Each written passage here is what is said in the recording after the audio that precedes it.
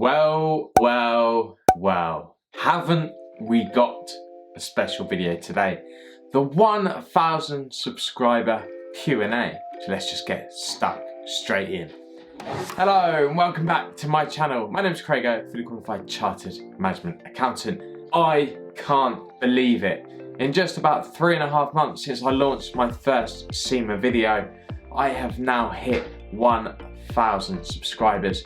And before I go ahead with this video, I just want to give you all a massive thank you for the support. Thank you for subscribing, thank you for liking, thank you for commenting on my videos. So make sure you do stick around because I've got a lot of exciting plans in the pipeline and I want you all to be able to witness it. Because I want you to be aware that my #1 goal of this channel is to help you guys progress through your SMPA qualification. Hopefully I can produce the content for you to do so. But as this is the 1,000 subscriber video, we're just going to be doing something a little bit fun and a little bit different today.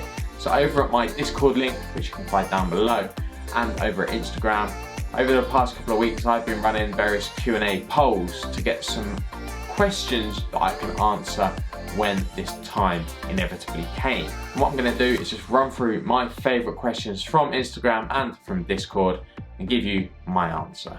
So let's just get stuck in with the first question. First of all, I had 2 questions which were very similar, so I'm going to start with these on screen now. What's the plan for my channel in 2021 and what can we expect from CRAIGO in 2022? And my answer to that is much of the same. We're going to be doing more SMPA content and eventually I do want to actually bring the finance element back onto my channel. For those of you that weren't aware, that is what I first started on my channel. I decided to utilise the SMPA element because I thought I could help someone else, but what I want to do in the future is create a channel that kind of looks and produces content on both of these topics. But for now, I will be sticking with the SMPA content. So the second question I'm going on to is from NN220NI. Now that you no longer need to study every day, what do you do with the extra free time you've gained? To be perfectly honest, just a lot more exercising and doing this YouTube channel. I did this YouTube channel because I had so much spare time and I wanted to utilize it. I realized how much spare time you actually do have after you study and I didn't want to waste my time. That's exactly why I've created this channel. And the second question it also sent over to me was, so what do you do guys to celebrate a successfully completed exam? I did a couple of things, 2 or 3 things when I completed an exam. The first thing I used to do was buy myself something from my wish list as a treat to myself for getting through an exam.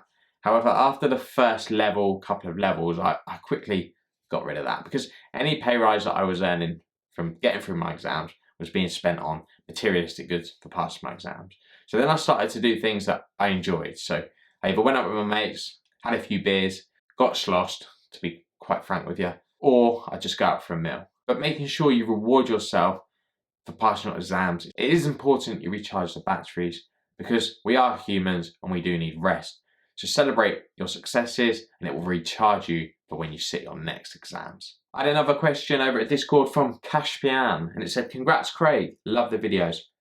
Thank you mate. How long before do you set your exam dates for the objective test? Do you do last minute or in advance so you have a target to aim for? Every time I did it in advance. I would book my tuition and I'd book my exam on that very day and that was the exam I was aiming for. Because what it makes you is it makes you accountable, and if you can make yourself accountable and give yourself a target, then you're going to be working harder to achieve that deadline. Although I never did it, it was always in my conscience that if I didn't book my exam, it gave me an opportunity to take more time. And I'll be honest, I wanted to be productive and progress through it at a progressive rate. So booking your exam well in advance enabled me to do that. So the next question from Mod Feros. Can I finish SMPA within 3 years? Absolutely, but it's hard. If you're sitting 16 exams, that means you're going to have to sit about 5 exams, just over 5 exams a year. So you're going to have to be sitting, bearing in mind you're going to have public holiday breaks such as Christmas, you're going to have to be sitting pretty much an exam every 2 months. It's doable, I did it, but it's hard. So don't go thinking that the 3-year target is an easy target.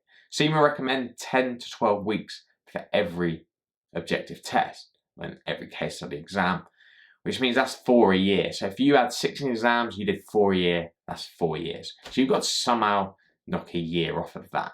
As I say, it's doable, but you need to work hard in order to achieve that target. Another question from Emma Allwood. Top tips for passing P2. Know the calculations and know the theory. That is my biggest tip for any objective test exams. Make sure you feel like you know the full syllabus. And what I would say with the P2 exam and all objective test exams which have calculations in it is don't get too hooked up on the calculations. It's very easy to get hooked up on calculations, spend all your time doing calculations. But in reality, you will only get between 8 to 10 questions of calculations. The more marks you earn will be predominantly from the theory questions, so make sure you give enough time to the theory questions. Because if you answer the theory questions well, you might not even need a mark of your calculations to pass that exam. And then on to my final question. What's been your career high and your career low so far? And I made a few mistakes. I've been open about that on this channel before. And I made a few mistakes with the data I was sending out to stakeholders, with the accuracy of my work. And as a result, that actually meant that I underperformed within my yearly review. And this was hard to take because usually in jobs I've had, my personality allows me to shine through. And I've never really had a bad performance mark with anything I've done. And for me, I worked hard to make sure that I was able to put that right. And that's why also the biggest achievement for me is that the past 2 years I've achieved overperforming scores in a business that is very hard to achieve an overperforming score.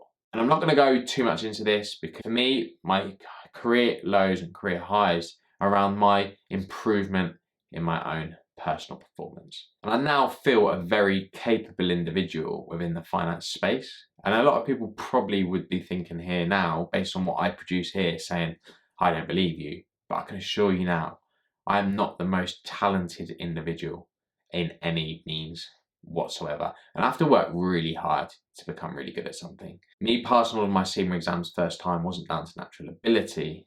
It was through my determination to work hard and pass all of my exams first time. So there we have it. There are my questions. If you do have any more questions, then please do feel free to drop them down in the comments video below. Hope you enjoyed this video today. Once again, thank you to you all for your support and helping me reach this goal of 1,000 subscribers. I massively appreciate the support you've given me so far and any support that you give me in the future. Please do make sure you like, comment, subscribe to my channel. But that is all from me today. I look forward to seeing you in the next one.